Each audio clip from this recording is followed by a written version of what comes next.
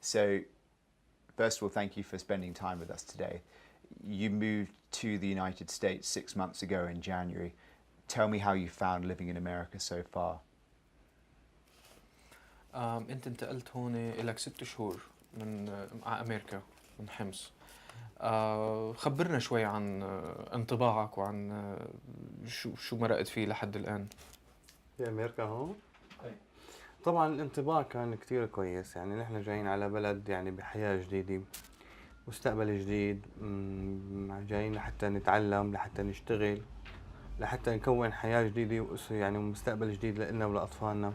طبعا لحد الآن الانطباع جيد. طبعا في بعض الصعوبات، بس إن شاء الله يعني مع مرور الأيام بتصير الأمور أفضل.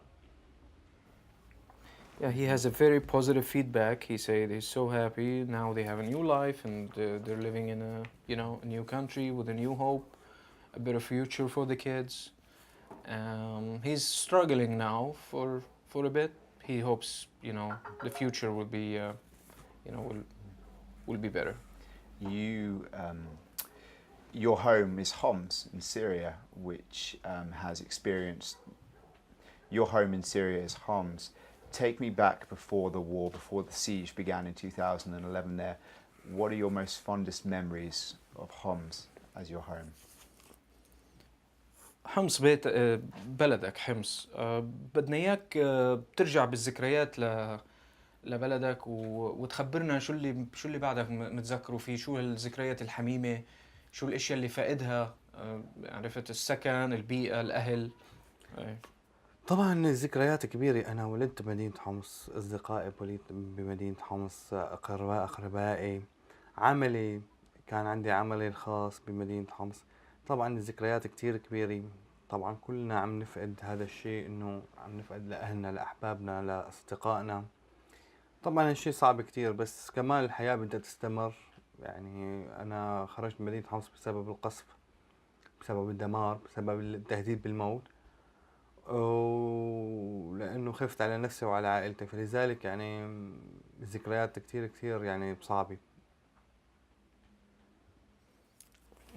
في شيء إيجابي بدك بتقوله مذكره أو شيء عن جد فائده؟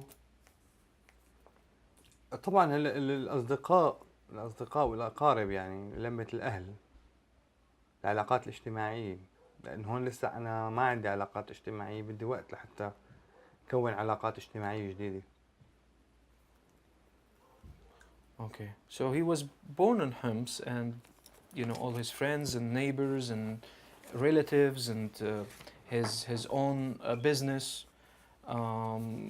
He lost all of this, and it was really difficult situation. He was threatened, and him and his family to die from bombing, from these military acts, and yeah, that's Yeah. I think that's all. Like now, what is he's missing from Homs is the relations, because he's new here. He doesn't have anyone yet. He doesn't know anyone, so he's missing all these relatives and friends and all this like social activities and yeah. So let me ask you a little bit more about that. Let me hold you for one Sure. second. I'm going to improve your eye line because I see you looking a little more upstage than Okay. during the setup. It's coming up. That's okay. This will do it.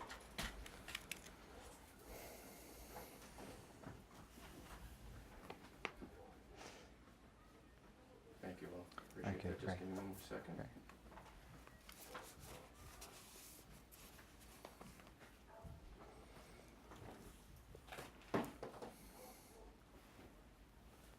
It's all yours, sir.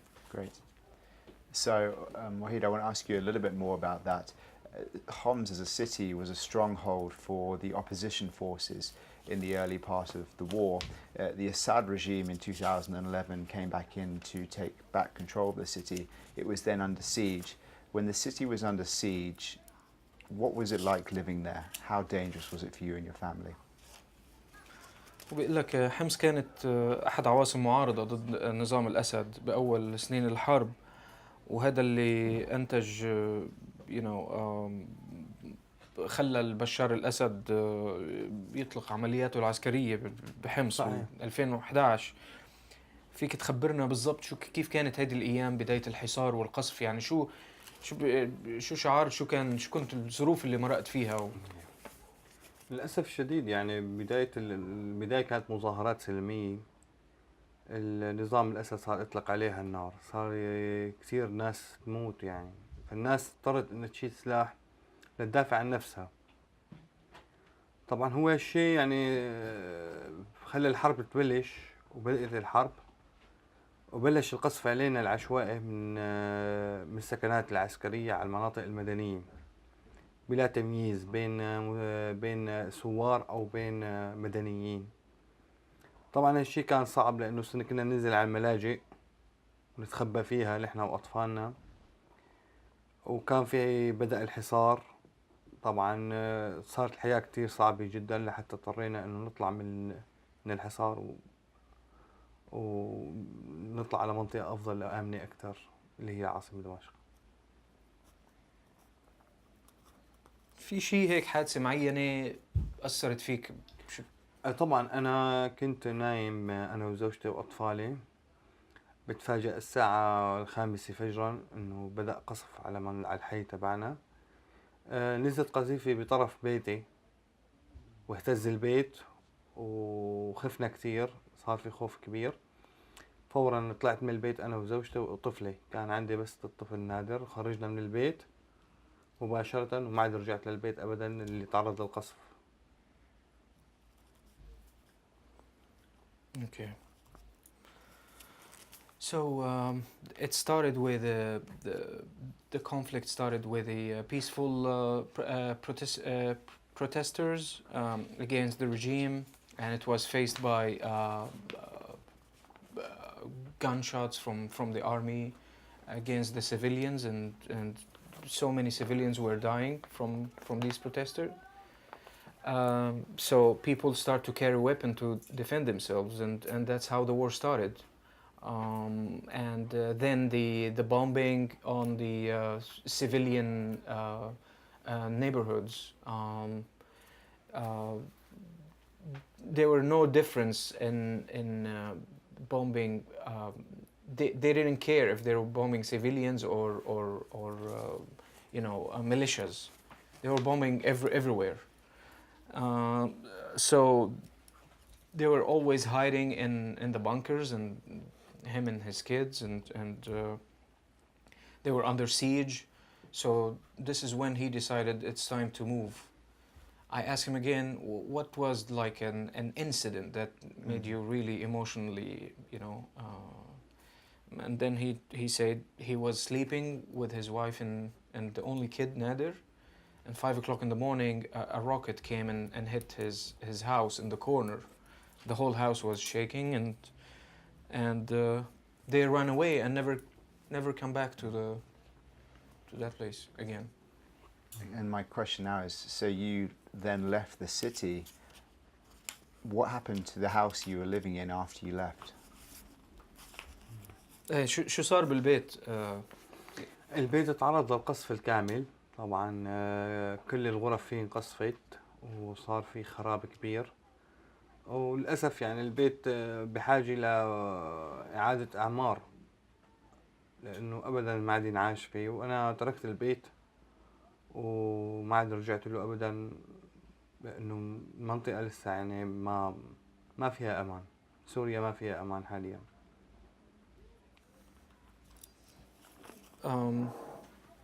It was totally destroyed, bombed, and you can't live in it anymore. It's almost demolished, the whole thing. He left it and never went back to even grab his stuff, and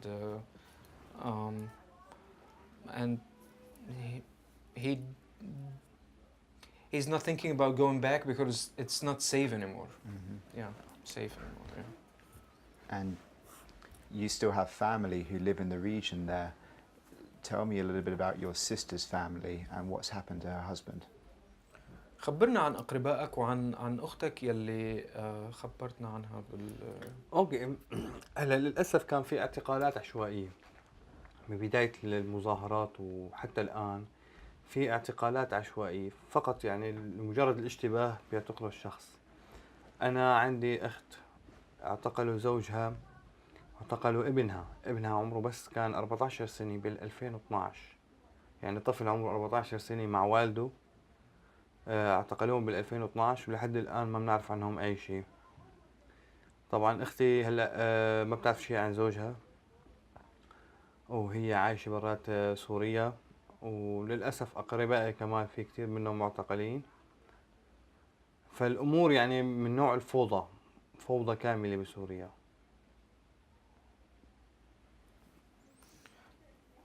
So uh, they were like arrests without an order, without any warrant, without any reason. Just if they suspect like someone, they would capture him. And one of these people was his sister's husband and his 14 years old kid. They were arrested and they still don't know anything about them. Now she's living outside Syria. He has so many arrested relatives too. Now the situation is really chaotic over there. You then moved to Jordan and you were in the capital Amman for a number of years. What was your experience like living in Jordan? انتقلت بعدها للأردن. طيب. بدك تحكي عن الشام شيء لا ما في شيء. You want to talk about Damascus? There's nothing in Damascus, isn't there? ما في شيء، ما في أحداث. ايه خبرنا عن الأردن. شو خبرتك بالأردن؟ شو صار معك؟ طبعا لما شفت الوضع أنا بسوريا يعني من سيء لأسوأ، خرجت من سوريا بال 2013 على الأردن، على العاصمة عمان، وبدأت بناء حياة جديدة واستقرار وأمان. طبعا بالأردن في استقرار وأمان بس للأسف يعني ما في مستقبل، يعني الحياة صعبة جدا في الأردن. طبعا اشتغلت بأي مجال، أي شغل يصير لي أشتغل فيه، مو شرط باختصاص عملي، وحاولت إني أعالج طفلي رغم إنه كان الأمر صعب كتير. استمريت بالحياة 4 سنين بالأردن، كانت حياة كتير صعبة، وصار لي لجوء للولايات المتحدة ووافقت على اللجوء وجيت لهون. Yeah, he left Syria in 2013 to Amman, Jordan, to establish a new life, and he was trying to do that. Jordan is really secure, really safe. There's stability in Jordan, but there is no future, unfortunately. He worked with so many different jobs. He was trying to survive. He was trying to cure his son. It was really a hard 4 years, and he applied for this immigration refugee thing here in America, and he got approved. That goes on to my next question. You applied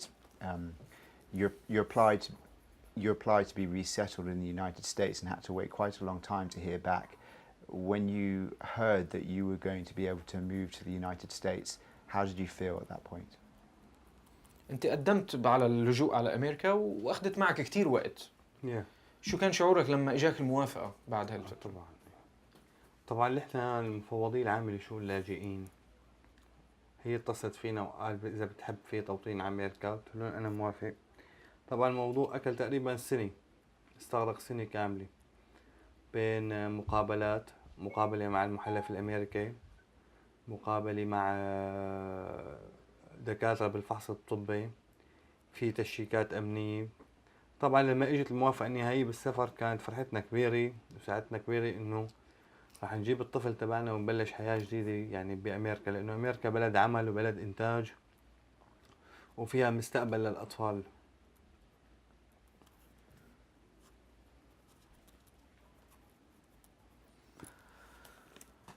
هي اخذت معك سنه 1 year بس لا قد ايه اخذت وقت لاجاك الابروفل؟ يعني لما قدمت قد ايه قالوا لك، قد ايه لا اجتك الموافقه؟ من تاريخ اول مقابله انت قدمت لجوء ما انا قدمت، هي مفوضيه بتتصل فينا، بتختار عن طريق الكمبيوتر قرعه. مم. عرفت كيف؟ مم. بتختار عن طريق القرعه عائلات، بتصلوا بالعائلات بقول لهم اذا عندكم رغبه بالتوطين بأمريكا؟ بامريكا، كندا، آه. اوروبا، الدوله هي. فبيحكوا معنا نحن، اذا وافقنا بنبلش اول مقابله. Okay, okay. So it took them a year to be approved. Usually, this I don't know what do you call it in English. This association of immigration that's responsible for the refugees. I'll find the Yeah. translation for it. So they call them and they say, "What do you think about? Are you? Do you want to settle in different countries?" Like they ask him Canada, some European countries, United States. So after that, they start making interviews with him and this procedure to be approved, and it takes 1 year to be approved. They go through medical tests, they go through security approval, and some judge, something like that, and he was so happy after being approved that he can establish a new life, and America is a good country. It's he has a better future here. He has hope, so he can cure his son from his mental disease, and it has a better future for the kids. I'm going to ask you about your children in a second, but before I do, I want to ask you, you've been here for 6 months now. What's been the biggest challenge that you've faced since moving to the United States? إلك 6 شهور هون بأمريكا، صحيح. شو أكبر تحدي واجهك بهال6 شهور هيدي؟ طبعا هو اكبر تحدي هو اللغه. اللغه انه لازم نحكي لغه كتير كويس، طبعا هالامر بده وقت وبده شويه تعب. وفي تحدي انه لسه على البلد جديد، نظام جديد، يعني المجتمع جديد، لازم فورا نتاقلم معه، نتعايش معه، يعني نتعلم السيستم البلد انه كيف ماشي. طبعا هاي تحديات يعني ان شاء الله بنتغلب عليها يعني باسرع فتره ممكن. يعني الانسان لما بيحاول انه يطور نفسه وانه يتاقلم مع المحيط الجديد اللي عاش فيه اكيد راح ينجح. So yeah, the first challenge is the language. The whole system is new. The whole community is new. He's trying to fit into this new community. He has this cultural also issues. He's trying to understand the culture here. He's trying to fit in. He's trying to be a member of this community, a new member, and there are lots of challenges that he wants to defeat, and he wants to develop his abilities and himself to be able to have this new life. And you've been resettled here in Paterson. Have you found the community here to be welcoming, or have you experienced some hostility since you arrived? قعدت هون أنت بباترسون، حسيت بقعدتك هون المجتمع تقبل وجودك، رحب فيك، ولا كان نافر منك ومش مستوعبك؟ لا المجتمع كويس، المجتمع يعني تقبل وجودنا بشكل كتير كويس. يمكن انا المنطقة هون اللي عايش فيها شوي منطقة يعني مو كويسة، يعني مو جيدة، بس المجتمع كتير متقبل. يعني على طول بنشوف الابتسامة، على طول بنشوف الكلام الكويس، ابدا ما شفنا اي تصرف يعني غير طبيعي. المجتمع كويس والناس كتير متعاونة وكتير بتساعدنا. يعني حتى لما نحاول نحكي معهم بالإنجليش، يعني حتى لو أخطأنا يعني بيصلحوا لنا وبخلونا إنه نتعلم أحسن. فالمجتمع كويس يعني جدا يعني. Yeah, it was a very positive experience. We were welcomed, and the hospitality here is really nice. The neighbors are really nice, even if they don't, even if he's not speaking the right language, the right English. I mean, they're trying to understand him and even correct him if he's wrong. And they were so cooperative. They're smiling all the time, trying to help him if he needs some help. Um, the only thing that the neighborhood is not that clean and it's not that healthy. Mhm. I want to ask you more about that. What do you think of this particular neighborhood? Do you feel safe here? Do you feel as if this is a place you want to stay permanently, or are you pretty set on moving out of this house as soon as possible? بده يسألك بالذات عن هاي المنطقة اللي هلا أنت عايش فيها، بتحس بأمان؟ بتحس إنه أنت سعيد بوجودك هون، ولا حاسس إنه أنت بأقرب فرصة بصح لك رح تمشي؟ طبعا انا هاي المنطقة يعني للاسف يعني منطقة شوي سيئة. طبعا انا بعد تقريبا بالليل ما بقدر اني احس بالامان، لانه منطقة يعني للاسف يعني سيئة، فيها شوية مشاكل. انا بقرب فرصة ان شاء الله بس اتعلم انجليش مزبوط وصرت احكي انجليش بشكل ممتاز، راح فورا ادور على فرصة عمل واطلع من هالمنطقة لمنطقة افضل. يعني انا قاعد هون يعني بشكل مؤقت ما اكثر، يعني مجبر اني اقعد لانه المنطقة ما مو سعيد فيها ابدا. إيش اللي ما بيخليك تحس فيه بالأمان؟ في كتير ضجة، في كتير ناس يعني بدون عمل بتقعد بالشوارع آه بتعمل مشاكل، يعني على طول صوت الموسيقى العالية، صوت الضجة، خصوصا بالليل. يعني بالليل بنخاف نطلع من البيت. فأنا يعني عم بحاول بأقرب فرصة إني أطلع من هالمنطقة. Okay. He said, unfortunately, the neighborhood is really bad, and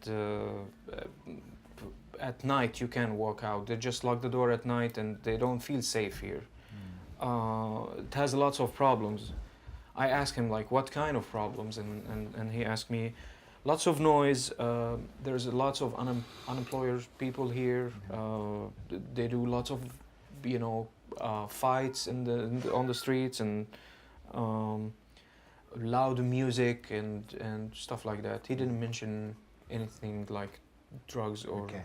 gambling Yeah. the same way the other guy mentioned. Okay. You have two absolutely delightful young boys, but they've experienced things in the past few years you would never want any child to experience. What impact did the war, the conflict in Syria have on them?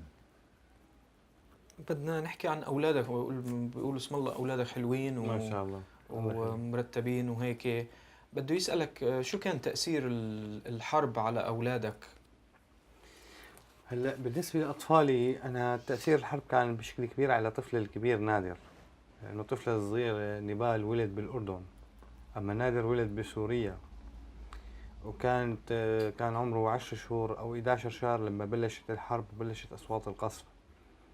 فهالشي سبب للأسف يعني سبب معه حالة توحد بسبب أصوات القصف وأصوات الانفجارات اللي كانت تصير بالليل، فهو يخاف كتير ويصرخ كتير من أصوات القصف.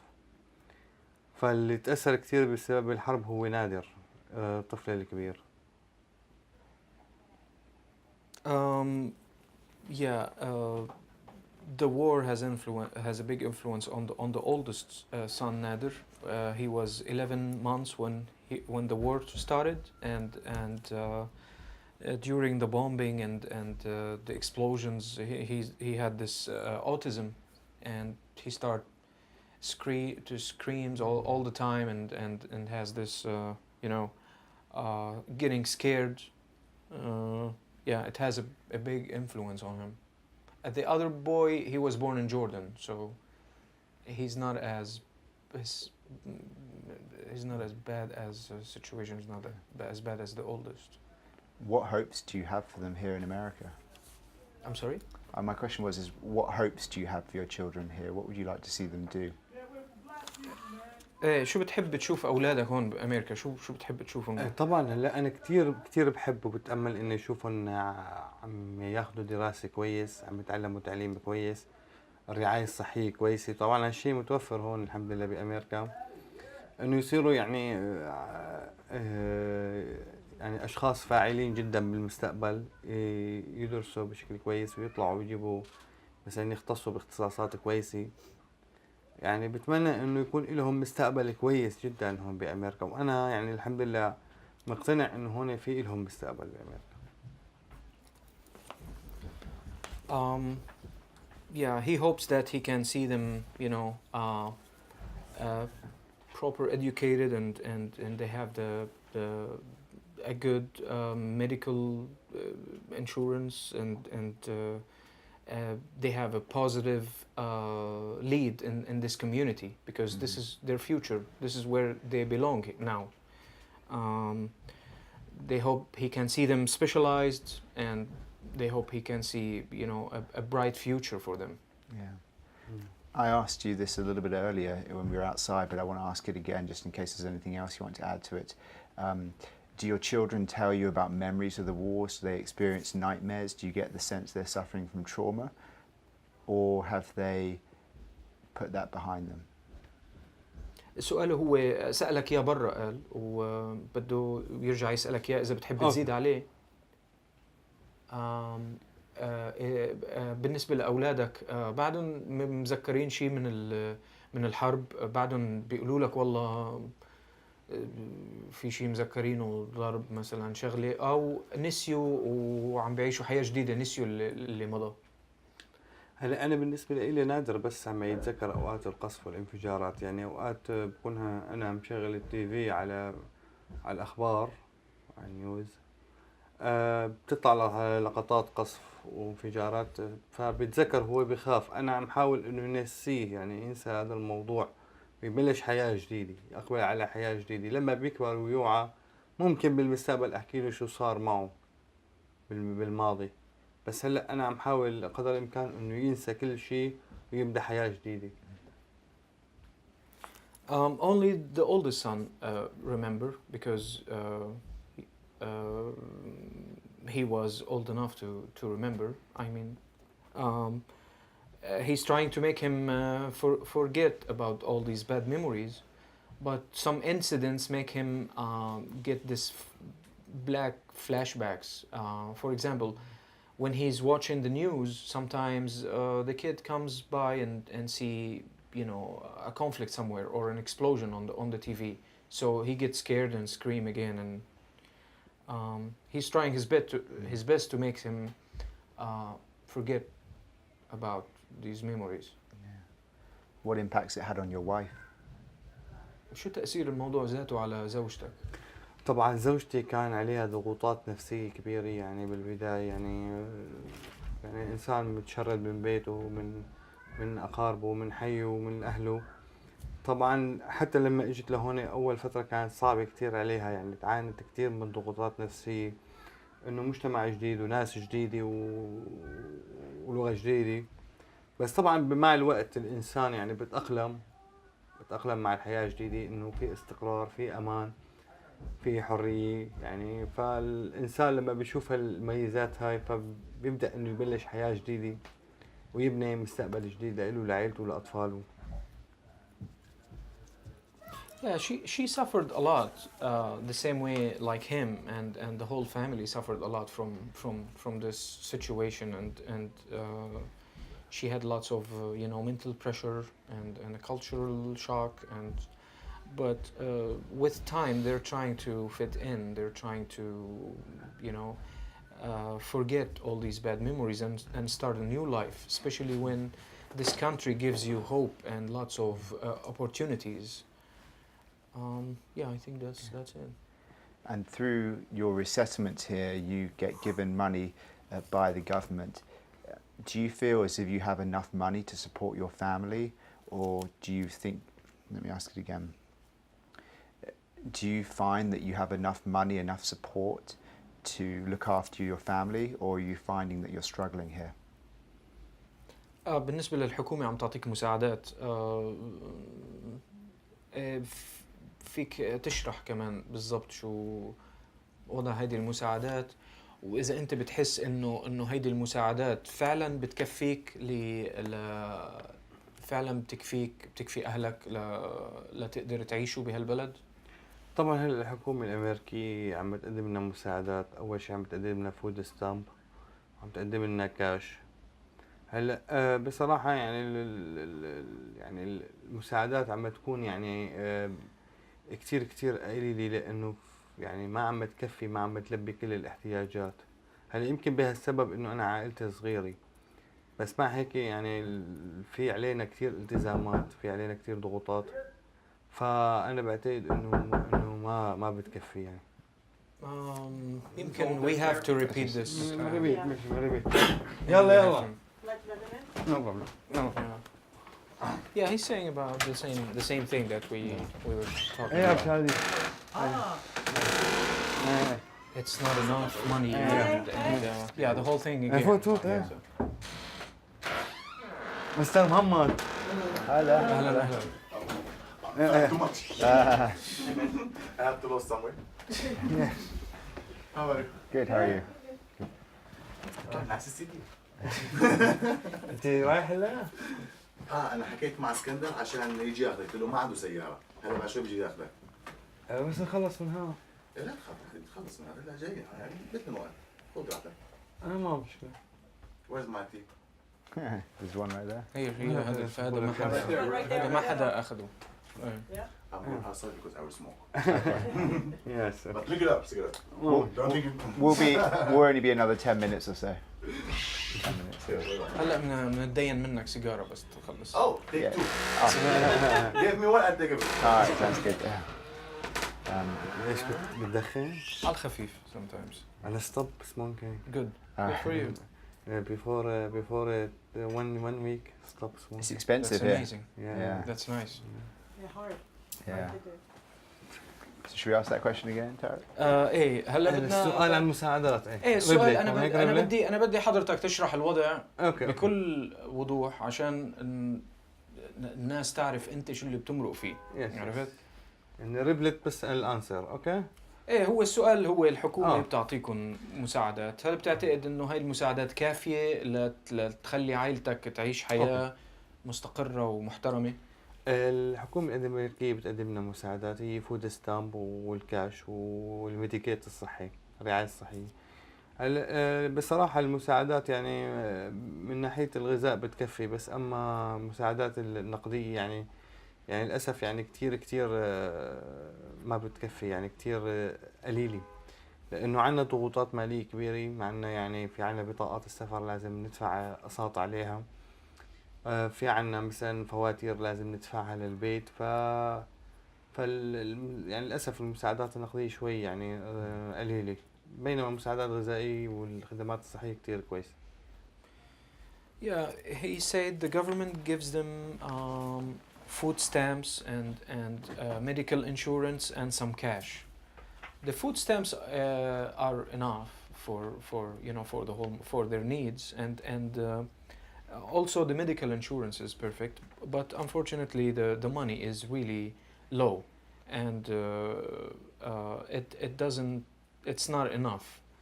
They have to pay, you know, the bills, and they have to pay for transportation, for other stuff.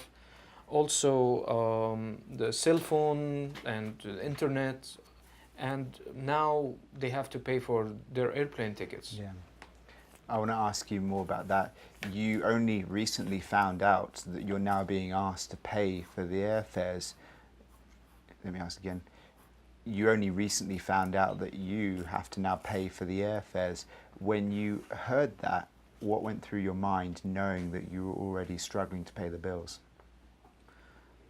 انت علمت مؤخرا انه لازم تدفع هيدي التيكت الطيارات، فشو كان شعورك وانت حاسس انه هذا القسط كمان انزاد على المستحقات الثانيه يلي انت اوريدي عم تدفعهم يعني؟ طبعا أنا حسيت شوي بالاستياء يعني، وحسيت شوي بالإحباط، لأنه يعني الأمر صعب، يعني عندي قسط شهري لتيكتات الطيارات فوق مصاريف الشخصية، فالأمر يعني ما بيغطيها أبدا المساعدة النقدية من الحكومة، فأنا واقع هلأ شوي بحيرة إنه كيف رح أقدر يعني سدد كل التزاماتي الحالية، لأنه أنا حاليا ما بقدر أشتغل، لأنه الحكومة الأمريكية هي بتدفع أجار البيت وبتدفع فود ستامب والكاش مقابل عمل تطوعي بالصباح ومدرسة لغة إنجليزية بعد الظهر، فهلأ أنا في حيرة كاملة إنه كيف بدي يعني سدد كل التزاماتي.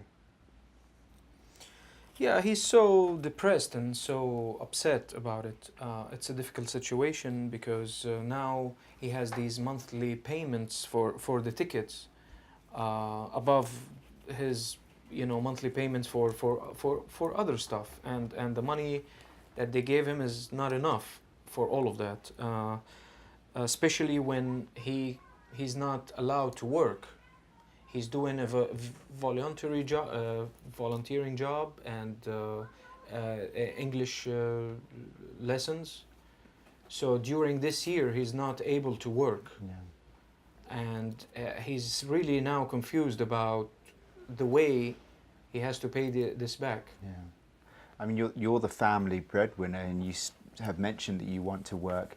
You're spending a lot of time volunteering, and you're investing a lot of time into English classes to learn English. But you're still struggling as the breadwinner, as the father of the family. How do you feel knowing that your family are struggling financially? بقول انه يعني فوق كل هيدي الظروف وهذا الصراع اللي انت عم تمرق فيه بالنسبه للوضع المادي، شو عم تشعر انت وبالنسبه خصوصا انه اهلك انت هلا مسؤول انه قدامهم، يعني شو شعورك يعني بالنسبه للاهل كمان؟ والله هو شعور صعب، يعني في بعض الامور ما عم بقدر اني لبي لهم احتياجاتهم، بس الامر بده صبر لحتى يعني نمر هالمرحله، يعني نمر هالمرحله ونبلش نشتغل يعني ونبلش نعمل، لانه الانسان بس يبلش العمل بتبلش اموره تتحسن شوي وشوي. بس والله حاليا يعني احساس صعب انه في امور ما عم نقدر يعني نجيبها، يعني عم نجيب بس الاحتياجات الضروريه جدا جدا. It's really a difficult situation because he's not able to buy everything they need, and he's only able to buy the very, very, very important things. Other than that, sometimes they need some stuff, he's not able to buy it. It's really also embarrassing for him, but he has to have patience and try to hold on until he's able to work, and as soon as he works he will be able to, all these problems will be solved as soon as he start moving. Yeah, and it follows really nicely into my next question as well. And Tarek, perhaps let Waheed know I'm coming towards an end now, so I won't take too much more of his time. And I get the sense I know what your answer is going to be here. But at this point, despite the struggles you've encountered, are you hopeful, are you optimistic about your time here in the United States? بالنسبة رغم كل هالتحديات هيدي اللي أنت عم تمرق فيها، هل أنت متفائل بوجودك بأمريكا؟ نعم، أنا متفائل جدا، متفائل، لأنه الولايات المتحدة بلد عمل وبلد إنتاج، والإنسان هون لما بيشتغل ببلش عمل وإنتاج أكيد راح يتطور الأفضل، يعني سنة ورا سنة راح يصير أموره أفضل وأموره أحسن. لا، أنا عندي تفاؤل كبير الحمد لله، وإن شاء الله أنا بعد سنة راح تكون أموري أفضل، وبعد سنتين راح تكون أموري أفضل، لأنه أنا ما راح أبقى كتير على كفالة الدولة، راح أطلع فورا وبلش أشتغل بالعمل وفوقت على سوق العمل، وأكيد الأمور راح تتحسن. He's so optimistic about it, and he likes the country here. It's really like it has an industrial environment. It has like a financial I don't know, like what he meant was like a work environment, somewhere he can find a job, and he doesn't want to stay on the welfare. He wants to move from it as soon as he can, and he's so optimistic about being here. And he said, hopefully next year he will find me in a better situation. The year after I will be better and better. Yeah. I've got two more questions for you. You moved to the United States. You moved to the United States 2 weeks before there was a ruling. Let me just get this question right. Yeah, I know what to do. But I just want to make sure I get it right on camera. I'm sorry. Yeah, exactly. 2 weeks before the borders were closed. You moved here to the United States 2 weeks before the borders were closed off and other refugees weren't allowed to enter into the country. When you heard about that ruling, that decision from the president, what went through your head? انت بس فت على البلد وجهك حلو على السوريين، بس فت على البلد وقفوا الموضوع دخول السوريين بعدها باسبوعين تقريبا اجى الاكزيكتيف اوردر وصار ممنوع السوريين يدخلوا على البلد. شو كان شعورك وقتها يعني بالنسبة لإلك كموضوع شخصي وبالنسبة للناس بموضوع عام يعني؟ هلا انا كثير تألمت لهذا الموضوع. انا دخلت قبل قرارات ترامب الاخيره بيومين، انا دخلت ب 24 واحد. القرارات الجديده اللي بخصوص اللاجئين السوريين طلعت ب 26 واحد 2017. طبعا كان شعور متناقض جدا، يعني شعور الداخلي جواتي. انا شعوري بالنسبه لي انا كثير كنت سعيد انه قدرت اني ادخل، بس بنفس الوقت كنت كثير حزين وكثير تألمت انه في عائلات كثير سوريين، في اطفال كثير سوريين يعني كانوا بيستحقوا انهم يجوا ويدخلوا على البلد، وللاسف توقفت ملفاتهم وتوقف سفرهم، ولحد الان بتوقف سفرهم بدول اللجوء. طبعا بتمنى انه ينعاد النظر بهاي القرارات، لانه يعني العائلات السورية يعني في اطفال سوريين بيستحقوا كثير انهم يعيشوا حياة جديدة ويعملوا حياة جديدة واستقرار ويدخلوا لهون على هالبلد.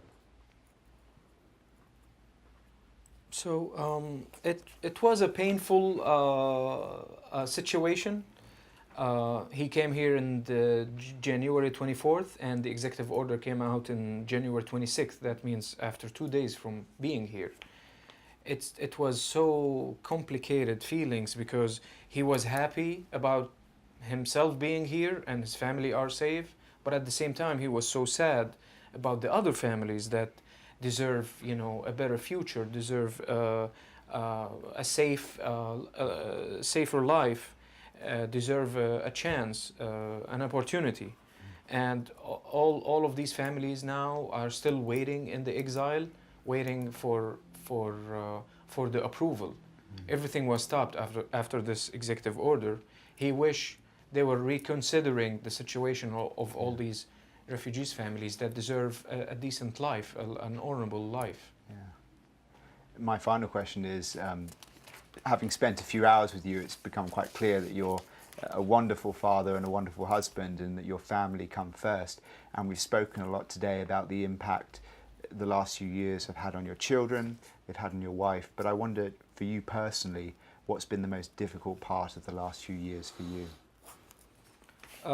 عم بيقول لك ويل انه من خلال قعدتنا معك تعرفنا عليك وعرفنا انك انت اب رائع وزوج رائع والعائله دائما بتيجي بالمقدمه اولويتك. فهو حابب يسالك انه شو اكبر تحدي واجهك انت كرب عائله بهالسنوات اللي مضت من اول الازمه لحد الان. شو اكبر التحديات اللي انت حسيت انه هيدا الشيء اللي انت فعلا؟ طبعا التحديات الكبيرة كانت من بداية الحرب حتى الآن. لا، بداية الحرب حتى خروجي من الأردن كانت هي إني كيف أقدر أمن الأمان لزوجتي وأطفالي لعائلتي، كيف أقدر أمن لهم الحماية، أمن لهم العيش الكريمة، أمن لهم الغذاء، أمن لهم الدواء. طبعا كانت تحديات كتير صعبة وكتير مؤلمة، خصوصا يعني لما كنا بالأردن كان الأمر كتير صعب. بينما الحمد لله يعني هون بالولايات المتحدة الغذاء مأمن، الرعاية الصحية مأمنة، الدواء مأمن. فكانت الأمور يعني كنت يعني عشت سنوات كتير كانت قاسية جدا بسنوات الحرب. بس بداية الحمد لله من ساعة ما دخلت الولايات المتحدة الأمور أفضل، والأمور يعني أحسن وكل شهر عن شهر عم تزداد، عم تصير أفضل. Yeah, he's saying the biggest challenge was how to give his family security, how to make them feel safe and protected, and how to give them a decent life, an honorable life, acceptable life, and you know, food, medicine, all the important things. In Jordan, it was really difficult to make all of this happen. He's so happy here because you know, it's about food is available through the aid and the medical insurance too, the medicine. It was really a difficult experience, and but as soon as he stepped in the United States, he felt happy, and things are getting better day by day. That's great. That's all the questions I have to ask you, Waheed. So, I guess I always ask before the end of any interview, is there anything else you'd like to add before we finish? في شيء بتحب تضيفه؟ طبعا هلا انا بحب اني بس اوجه من خلالكم رساله يعني لصناع القرار الامريكي انه نعيدوا النظر بموضوع دخول اللاجئين السوريين على الولايات المتحده. يعني في كتير اطفال، في كتير عائلات يعني بيستحقوا انهم يدخلوا. يعني في كتير اطفال بحاجه للرعايه، بحاجه للتعليم، بحاجه للرعايه الصحيه. فبتمنى يعني انه يوصل صوتنا انه اللاجئين السوريين، يعني نحن يعني كثير ناس بنحب الحياة، بنحب العمل، بنحب الانتاج، بنحب العلاقات الاجتماعية. يعني ابدا اللي احنا يعني ناس الاعلام يعني ما عم يعطينا حقنا بهي انه يكشف حقيقتنا عن جد. يعني هون كثير الشعب السوري كثير يعني متعاون جدا، وما بذكر ابدا انه في اي حادثة قاموا بها اللاجئين السوريين. فبتمنى انه ينعاد النظر بهالقرارات، بتمنى صوتنا يوصل بهالموضوع. Yeah, his messages for the decision makers to reconsider this executive order, because there are lots of families and children who deserve a better life and a decent life. They need protection. He's talking in general about Syrian people, that Syrian people love life and love to produce. They're not. They don't depend on others. They make their own future. They're so independent, and unfortunately, the media is not giving them a decent. I don't know what do you call it, like a reputation. Yeah. Good And coverage, yeah. you never hear about any Syrian who's Yeah. a troublemaker or who's Yeah. like making problems for or any accidents or crimes. So he hopes that his message will be heard. Yeah. Well, thank you. Before you Yeah. do anything,